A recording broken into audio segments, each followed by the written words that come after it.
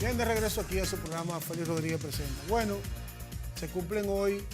100 años, el primer centenario de la firma del armisticio de la Primera Guerra Mundial. El armisticio se firmó, cuando un armisticio es la firma, por ejemplo, en una guerra del alto al fuego, como un compás de espera o de negociación para establecer una paz definitiva, y entonces cesan las utilidades de la guerra. Eso pasó en la Primera Guerra Mundial y luego de la firma del armisticio se procedió a lo que fue entonces al Acuerdo de Versalles. Ese Acuerdo de Versalles que se estableció, todo el mundo sabe que cuando terminó la Primera Guerra Mundial, establecer el Acuerdo de Versalles le estableció duras condiciones a Alemania, y esas duras condiciones a Alemania permitieron que Alemania desarrollara en el futuro una figura como Adolf Hitler. Y entonces 20 años, se firmó en el 19, y luego 20 años, entonces entró lo que fue la Segunda Guerra Mundial, porque inició en el año de 1939. La Primera Guerra Mundial es un complejo que hay que verlo en la historia, porque la Primera Guerra Mundial tiene una connotación básicamente industrial. Cuando se inicia la primera revolución industrial, en la época victoriana en Inglaterra, ese espacio tiene una característica, y es que Francia e Inglaterra van a convertirse en las dos potencias hegemónicas de Europa, y Europa va a dominar el mundo completamente y va a crear un multiculturalismo y va a crear un mundo basado en producción y exportación, que Europa representaba el 60% de la manufactura y el 60% de la fuerza laboral de la humanidad. Europa era la meca del desarrollo económico porque Europa tenía la tecnología. Y desde el año 1870, en la que la unificación alemana, se produce la unificación alemana, Alemania se convierte en un imperio, y junto Francia, Inglaterra, van a protagonizar una época que le llaman la paz armada. ¿Qué es la paz armada? La paz armada es un proceso de casi 20 años,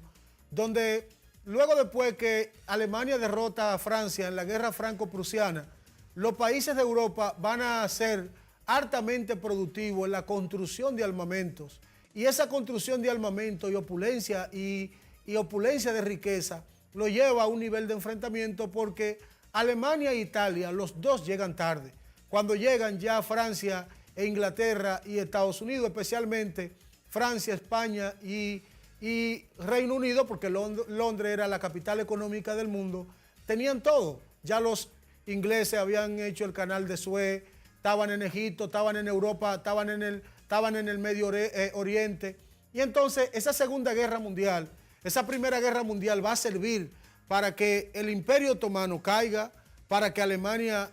salga derrotada, y para expandir obviamente el poder de Inglaterra, básicamente, que va a quedarse con ese poder hasta la Segunda Guerra Mundial, cuando Estados Unidos emerge como potencia. La Primera Guerra Mundial cambió el escenario de la humanidad, fue la Gran Guerra, una guerra de más del 1% de la población mundial murió en esa guerra, y se hicieron dos alianzas muy fuertes, la Triple Alianza y la Alianza La Entente, que fue la que finalmente terminó como victoriosa y terminó creando el Acuerdo de Versalles, imponiéndole a Alemania una serie de sanciones económicas y militar, que Alemania va a provocar entonces la Segunda Guerra Mundial, en la cual también es derrotado tanto por los semejantes como por los rusos, como por los americanos, por los ingleses, y ambas potencias van a crear después lo que es la Segunda Guerra Mundial, y Estados Unidos y Rusia, que fue la más sacrificada en la Segunda Guerra Mundial, van entonces a crear lo que es la Guerra Fría, algo que debemos estudiar permanentemente. Pero sí hay que recordar la Primera Guerra Mundial como la Gran Guerra, como la guerra que definió el orden o las señales por donde iba a marcar lo que era la nueva geopolítica, porque desde el Imperio Romano y el descubrimiento del Nuevo Mundo, no se había producido en la humanidad una guerra, un hecho tan trascendente, tan contundente, amparado en la tecnología sofisticada de la Gran Guerra, la Primera Guerra Mundial. Ahí apareció el tanque de guerra, la trinchera, el avión, el avión de combate, apareció por primera vez ya en la Primera Guerra Mundial. Todos esos escenarios de guerra moderna que nosotros vemos hoy, lo vimos participar en esa gran guerra que definió el tema de que ahí también se creó la Sociedad de Naciones Unidas. La Sociedad de Naciones Unidas surgió como objetivo para que no volviéramos a pasar una guerra de esa magnitud. Sin embargo, no pudimos evitarla. La humanidad entró en la Segunda Guerra Mundial y entonces ahí es cuando nacen las Naciones Unidas que tanta paz nos ha brindado. Desde el año de 1945 el mundo no ha podido experimentar una guerra de campo abierto. Experimentó una guerra ideológica, una guerra fría, pero no hemos tenido una guerra de combate, aunque se ha dicho que a lo interno de los países han sucedido más muertes que la que sucedió en la Primera y en la Segunda Guerra Mundial.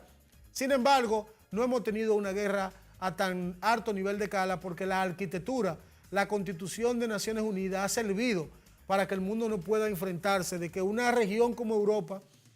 pujante económicamente, haya tenido dos guerras tan devastadoras en su propio seno, en el corazón de su propio seno, en apenas 20 años de diferencia. Europa se desangró y entonces eso de algún modo hoy se celebró en Francia la conmemoración de lo que fueron el primer centenario de la Gran Guerra, porque se firmó, el armamenticio se firmó en el 11 de noviembre del 18, y entonces cumple 100 años que se firmó el armamenticio, que fue la paz que dio apertura al final de la guerra en junio del año 1919, firmada en Versalles. Así que nosotros recordamos la Gran Guerra como lo que jamás debe volver a suceder en la humanidad. Vamos a una pausa y entonces nosotros vamos a una pausa larga y despedimos el programa. Félix Rodríguez presente, esperemos que el próximo domingo usted esté con nosotros compartiendo este programa. Muchas gracias.